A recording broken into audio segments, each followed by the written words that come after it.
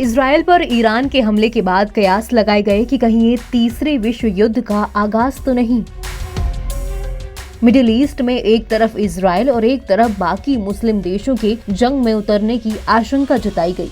America तो Israel का साथी है। वैसे तो इस हमले की अमेरिका समेत कई ताकतों ने पूरे सूरत हाल पर चिंता जाहिर की और दोनों देशों से शांति बनाए रखने की अपील की, लेकिन इसी बीच ईरान को रूस का समर्थन मिलता दिख रहा है। जंग को लेकर तो नहीं, लेकिन हाँ, रूस ने ईरान के हमले की तारीफ की। रूस का ये रवैया चिंताजनक है। एक तरफ अमेरिका इजराइल के साथ खड़ा रहता है, ऐसे में अगर ईरान को रूस सपोर्ट करता है तो आगे अंतर्राष्ट्रीय राजनीति में हालात बुरे हो सकते हैं।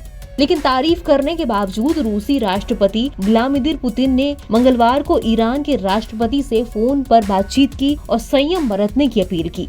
बातचीत में रूस के राष्ट्रपति पुतिन ने इजराइल पर ईरानी हमले की सराहना की। हालांकि इसमें रूस ने सहयोग देने की कोई बात नहीं की है। साथ ही पुतिन ने इब्राहिम रईसी से भविष्य में इजराइल की जवाबी कार्रवाई पर संयम रखने का आग्रह किया, क्योंकि हाल ही में इजराइल ने बयान दिया है कि उसने ईरान पर जवाबी हमले का प्लान बना लिया है। दोनों नेताओं के बीच फोन पर हुई बातचीत के बारे में बताते हुए क्रेमलिन ने कहा कि ईरानी राष्ट्रपति ने पुतिन को बताया कि इजराइल के खिलाफ ईरान की कार्रवाई एक तरह का जवाबी हमला था। सीरिया में ईरान के दूतावास पर इजराइल ने हमला किया था, जिसमें उसके टॉप कमांडर की मौत हो गई थी, जिसके बाद ईरान का दावा है कि ये हमला उसके दूतावास पर हमले का जवाब था और ये एक सीमित दायरे में किया गया। उनकी विवाद को बढ़ाने में कोई दिलचस्पी नहीं है। सीरिया में ईरानी दूतावास पर 1 अप्रैल को हुए संदिग्ध इजरायली हमले में ईरान के कमांडर के साथ कई लोग मारे गए थे, जिसके जवाब में 13 अप्रैल की रात ईरान ने इजराइल पर करीब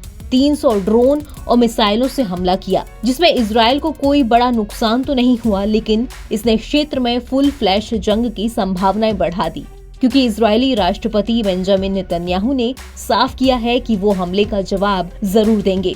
लेकिन इजराइल द्वारा अभी इसकी कोई जानकारी नहीं दी गई है कि हमला कब और कितनी ताकत से किया जाएगा। इसी खतरे को देखते हुए ईरान ने भी देश में अपने एयर डिफेंस सिस्टम को अलर्ट पर रखा है और दुनिया इस नए आने वाले खतरे से डरी हुई है। कई तरह के कयास हैं कि क्या अब दुनिया तीसरा विश्व युद्ध देखेगी। NBT ऑनलाइन की रिपोर्ट।